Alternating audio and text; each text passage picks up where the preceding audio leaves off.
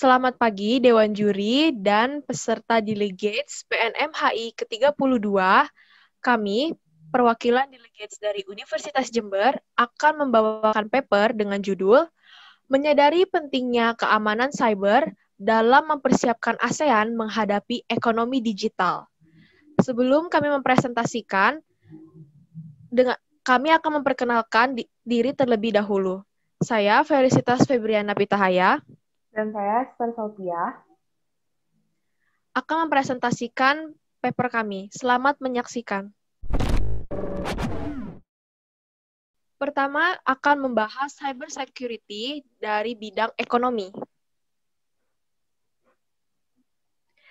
Di sini akan membahas 4 bagian. Pertama, ada penggunaan bisnis online. Ketiga, ada metode transaksi. Ketiga, ada pemicu kejahatan cyber. Dan keempat, ada potensi ladang investasi. Yang pertama, penggunaan bisnis online.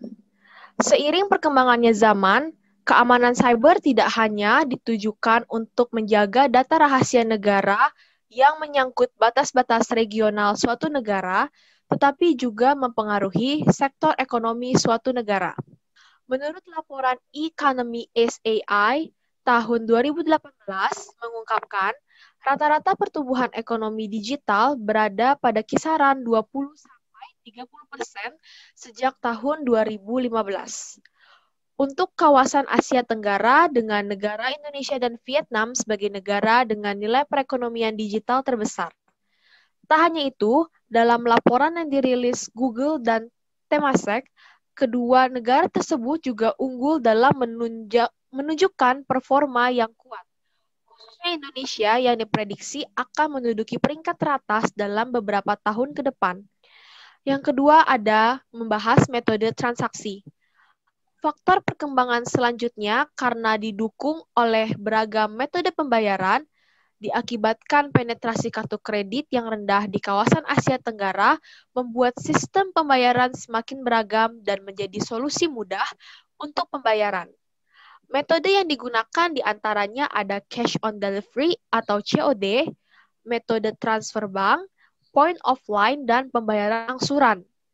Tentunya kemudahan itu menarik banyak minat konsumen untuk mengalihkan kebiasaan belanjanya dari offline menuju online. Kemudahan fitur yang diberikan juga berdampingan dengan risiko keamanan transaksi maupun data konsumen.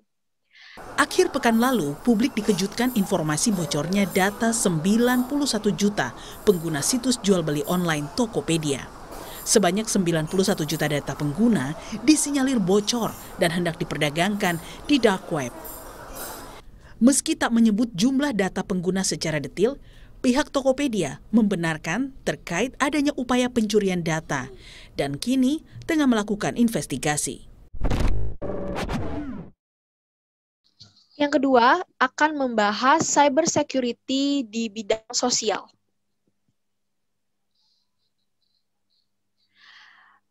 Di sini akan dibahas 4 bagian. Yang pertama ada penggunaan sosial media, kedua ada undang-undang penyampaian pendapat, ketiga ada kejahatan cyber pada pelaku UMKM, dan yang terakhir ada cyberbullying. Yang pertama kita akan membahas penggunaan sosial media.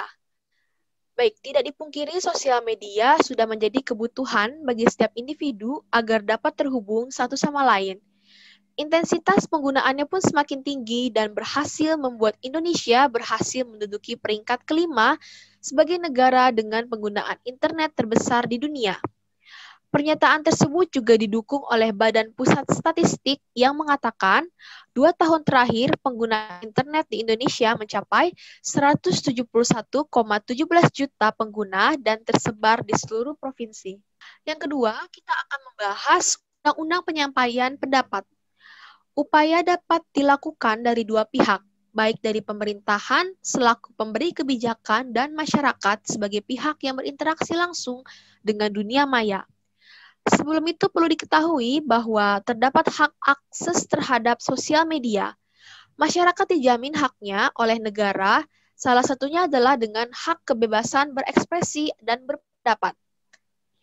Setelah reformasi tahun 1998, muncullah gagasan untuk mengamandemen UUD 1945 dan membentuk Undang-Undang Nomor 39 Tahun 1999 tentang HAM yang menjadi kerangka hukum dalam menjamin kebebasan berpendapat dan memperoleh informasi.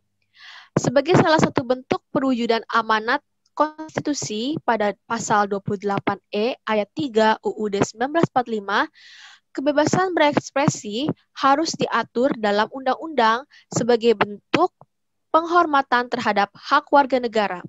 Sebagaimana yang tertuang dalam putusan MK nomor 6 PPU-I tahun 2003, maka dengan kata lain penghormatan maupun pembatasan terhadap hak dasar tersebut haruslah ditegaskan dalam undang-undang.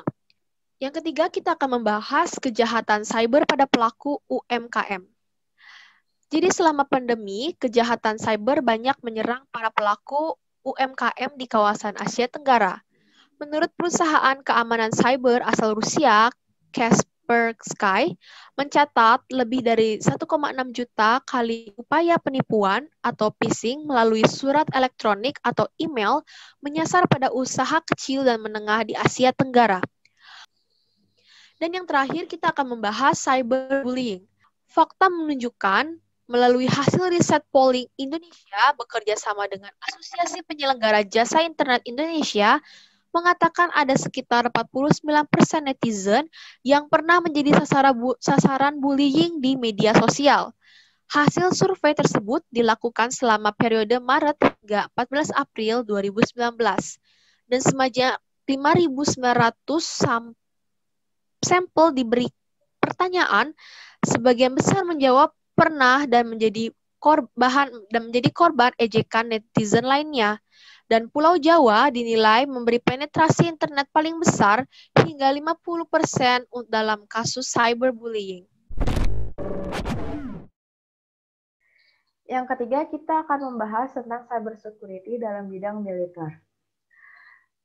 Serangan cyber tentu saja membuat dampak yang cukup serius bagi suatu negara. Serangan dari cyber ini bisa menyerang dalam bidang ekonomi, seperti keuangan atau perbankan, atau bisa juga menyerang dalam database yang dimiliki oleh suatu negara. Keamanan cyber tidak hanya dalam bidang ekonomi atau sosial saja. Keamanan cyber juga penting dalam bidang militer. Terdapat 3 serangan cyber yang cukup terkenal, antara lain adalah cybercrime, cyber warfare, dan cyber terrorism. Cyber warfare adalah serangan cyber dalam bentuk perang yang menyerang suatu negara. Cyber warfare tidak akan menyerang melalui fisik, tetapi mereka akan menyerang dalam dunia maya. Baik dalam lingkupan wilayah, geografis, teritorial, cyber warfare tetap akan menyerang dalam dunia maya. Dalam cyber warfare terdapat beberapa penyerangan. Yang pertama, penyerangan pertama dalam pengumpulan informasi. Dalam hal ini, serangan yang dilakukan dalam mengumpulkan semua data-data pribadi, kelompok, organisasi, atau bahkan database dari sebuah negara. Informasi-informasi ini nantinya akan diperjualbelikan secara ilegal di situs-situs ilegal, atau bahkan dijual kepada negara lain dengan harga yang cukup fantastis. Karena adanya serangan ini, negara menjadi sangat rugi karena semua database telah dicuri. Kemudian serangan kedua adalah vandalisme. Serangan ini sering sekali kita temui dalam kehidupan kita sehari-hari. Serangan ini menggunakan serangan Advanced Persistent Threat atau APT, Denial of Service, dan Distribute Denial of Service. Ini biasanya dilakukan dalam peretasan. Peretasan yang dilakukan untuk mencegah para pengguna sah dalam mengakses atau menggunakan sistem. Tentu saja penyerangan ini bertujuan untuk mengacaukan operasional sistem, sehingga sistem nantinya tidak akan bisa diakses karena crash dan tidak dapat diakses atau dijalankan. Kemudian serangan yang ketiga adalah serangan sabotase. Serangan sabotase sering digunakan oleh militer guna untuk mengetahui titik koordinat dari musuh. Sabotase mempunyai definisi yang artinya melakukan perusakan secara terencana. Sabotase juga memiliki arti dalam menyerap sistem informasi dan juga memberikan gangguan-gangguan dari peralatan komunikasi. Dalam bidang militer, serangan sabotase menjadi serangan yang berbahaya karena dapat menyangkut tentang base camp dari angkatan militer tersebut. Sehingga dalam bidang militer, Penggunaan sistem informasi sangat berhati-hati guna mencegah terjadinya sabotase. Sabotase juga merupakan software yang ada dalam hardware komputer. Dan serangan yang terakhir adalah serangan pada jaringan listrik. Serangan ini berbentuk dalam pemadaman listrik. Karena adanya pemadaman listrik tentu membuat segala aktivitas menjadi terhambat. Aktivitas-aktivitas ini bisa dalam bentuk perekonomian atau pengalihan isu. Serangan ini bisa dilakukan dalam bentuk Trojan horse. Trojan sendiri berarti sebuah program kecil yang nantinya meminta kode login kepada pengguna untuk memberikan identifikasi dan password. Nanti sandi tersebut akan ditransmisikan ke server sebagai pesan anonim yang berasal dari pelaku. Kemudian, apa peran dari ASEAN dalam menanggapi serangan cyber dalam dunia militer?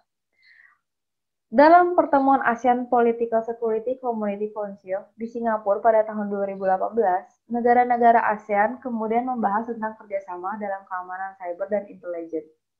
Dalam pertemuan ini, para negara ASEAN kemudian membahas tentang bagaimana cara menghadapi serangan terorisme di dunia maya. Dalam pertemuan ini juga, negara-negara di ASEAN memutuskan untuk menggunakan konsep Our Eyes dalam menghadapi serangan terorisme di negara mereka. Konsep Open Eyes sendiri merupakan konsep yang diusulkan oleh Menteri Pertahanan Ria Mizard pada tahun 2017. Ria Mizard sendiri mengatakan konsep ini digunakan bertujuan untuk memerangi teroris dengan cara semua negara yang ada di kawasan Asia Tenggara memberikan informasi-informasi tentang adanya peretasan di dalam dunia maya yang dilakukan oleh sekelompok terorisme. Saat ini perang siber sudah cukup untuk melumpuhkan ataupun membobol rahasia negara yang dijadikan sasaran. Dan cara ini justru dirasa lebih berbahaya dibandingkan dengan perang fisik, bahkan perang siber di media digunakan Al-Qaeda untuk merebut hati dan pikiran warga dunia. Hal ini terungkap pada Seminar Nasional Cyber Security Awareness yang digelar selama 2 hari, 18 dan 19 Oktober di Kompleks Akademi Angkatan Udara, AAU Yogyakarta. Sekarang kita memasuki bagian dari kesimpulan dari presentasi kami tentang cyber security. Dalam menghadapi serangan cyber yang ada di wilayah Asia Tenggara, sangat diperlukannya kerjasama antar negara, karena suatu negara tidak dapat bertahan sendirinya. Hal ini diperlukan untuk membangun dalam bidang ekonomi, sosial, maupun militer dalam mengurangi adanya serangan-serangan yang ada di dunia maya. Selain dengan antar negara, perlu juga adanya kerjasama antar pemerintah dengan masyarakat untuk lebih berhati-hati dalam penggunaan sistem informasi dan penggunaan internet. Hal ini sebagai langkah dalam pencegahan serangan cyber. Demikian presentasi dari kami. Mohon maaf jika ada salah kata. Terima kasih.